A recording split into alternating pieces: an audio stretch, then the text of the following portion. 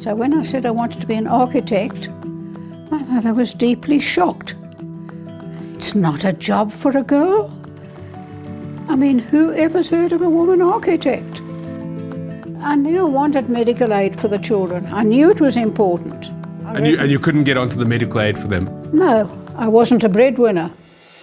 A human being is extraordinary, a perfect machine that can achieve it all.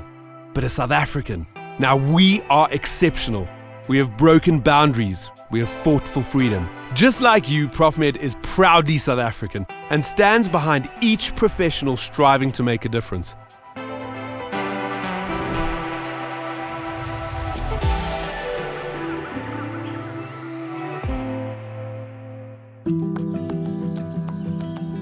Hey, what's happening? My name is Brent Lindeque. They call me the Good Things Guy. And today we're going to be visiting one of the first 14 female architects in South Africa. Her name's Sylvia Shapshak. She's 95 years old and one of the longest standing Profmed members. I think I was always interested in houses because when we played on the beach, other children would make sand castles and I would make rooms out of the sand. I didn't really know as a child what architecture was. I just wanted to build houses. I remember houses more than people. My geometry book had all diagrams in it, which I made little houses on them, much to the teacher's annoyance. I was going to be an architect even then. And boy, was there opposition.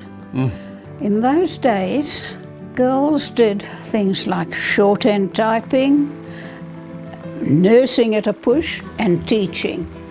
Shorthand typing being the most common. So when I said I wanted to be an architect, my mother was deeply shocked. It's not a job for a girl. I mean, who ever's heard of a woman architect? But I was stubborn. You were stubborn and brave, obviously, because you were going into this field that there were not a lot of women, and here you were taking this risk and sort of taking it on head on. Well, fortunately, I'd had what they called a university pass at matric. I didn't do brilliantly because I think I discovered boys in matric. Anyway, I came to Pretoria University, much against my parents' wishes. In fact, I heard my mother telling somebody, well, we'll let the child do it for a year, and I'm quite sure she'll fail, and then she'll do something sensible like shorthand typing. We had a lecturer there who didn't approve of women there. He kept on saying to us, what are you women doing there taking a man's place? Let me ask you then, during that time that you were at varsity, what motivated you to keep going? I liked the job. I liked the work.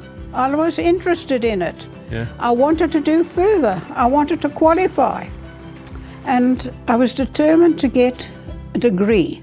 Yeah. And I did it. I enjoyed it. It was tough. It was hard work. And you worked through the night quite often and things like that. And there was still distinction between male and female. I mean, I was working in an architect's office as I think a third-year student. There were two blokes and myself. We were all in the same class. We were all the same thing. They were getting £40 a month and I was getting 30. And when I complained, they said, you're lucky you've got a job. Sylvia, tell me a little bit about this. What am I looking at here? It was the first one I did on my own. Remember, I'd done lots of houses before for various architects and things like that, and for the council and all that sort of thing. But this was the first one I did on my own. And this was all designed by hand? You didn't use any computers? I had a big drawing board with there, and I did it with this adjustable set square, and I moved the T-square up and down. A lot of time and effort went into this then. Yeah, I did it in great detail. If I'd had to do it today, it would take me 2 days, but if in those days it must have taken me at least a week. Wow, incredible. Or 10 days. So tell me, there's a story about a client and a roof that I heard earlier on. Well, one of my clients And he was not an easy man. And the house was very difficult because he wanted to join a garage, which was a one level and the house was another. And he wanted the same roof. And it was a terribly complicated roof to get it right. And I got a couple of fellow architects, male ones, mark you, to check my roof working. He phoned me up one day and he said, "The builder says a woman architect doesn't know what doing. There's a much easier way of doing the roof." So I had enough sense to write him a letter, a registered letter saying, if the roof wasn't done to my specification, I'm not responsible. A few months later, the phone rings at 5 in the morning. "What's the trouble?" "The roof's leaking." "Why?" I said, "'Cause it's raining." Did he try to hold that responsibility on you?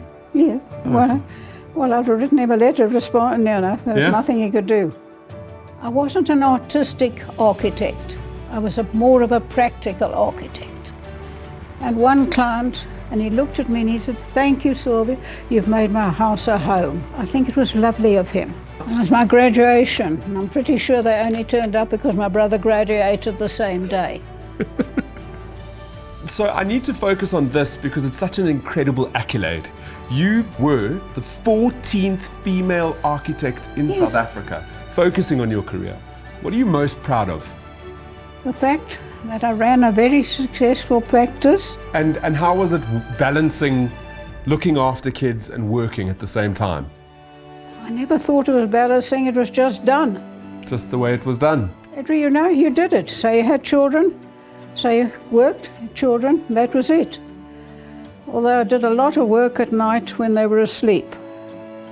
But they survived.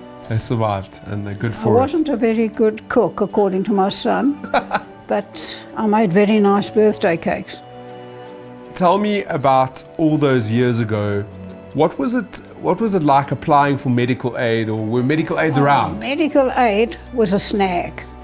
I applied to my institute's medical aid and I was turned down. For what reason? Because I was a woman. Because you were a woman. I knew I wanted medical aid for the children. I knew it was important. And you couldn't get onto the medical aid for them? No, I wasn't a breadwinner. You explained that to me. And then what did you do? What was the next step? How did you go about finding medical aid that would take a woman who was a breadwinner? By that time, I had the 5th child, Kathy, and my doctor was checking her over and he said, she'd have a medical aid. So I told him the story. She said, "Why don't you try Profmed, which I belong to?" So I applied to them. I joined in 1970, that I can tell you. And they accepted me as a breadwinner and as a woman architect. I was very grateful. They accepted me as a professional. As a professional. And so much so that I've heard that your medical aid number is like 4 numbers. Yes, it is. Compared to everybody else now who's got sort of a lot of numbers on their medical aid. Well, Sylvia, I would love to come back in 5 years' time and interview you on your 100th birthday. That would be my absolute honor. What is your message to South Africa for where we are right now? Follow your star. Follow your star. Do what you want and get things right. Do the right thing and get it right. And that was Sylvia's incredible story. Not just inspirational for professionals, but for South Africa at large. Thank you for joining us on the We Are South African series. We hope you've enjoyed it and loved all these incredible stories.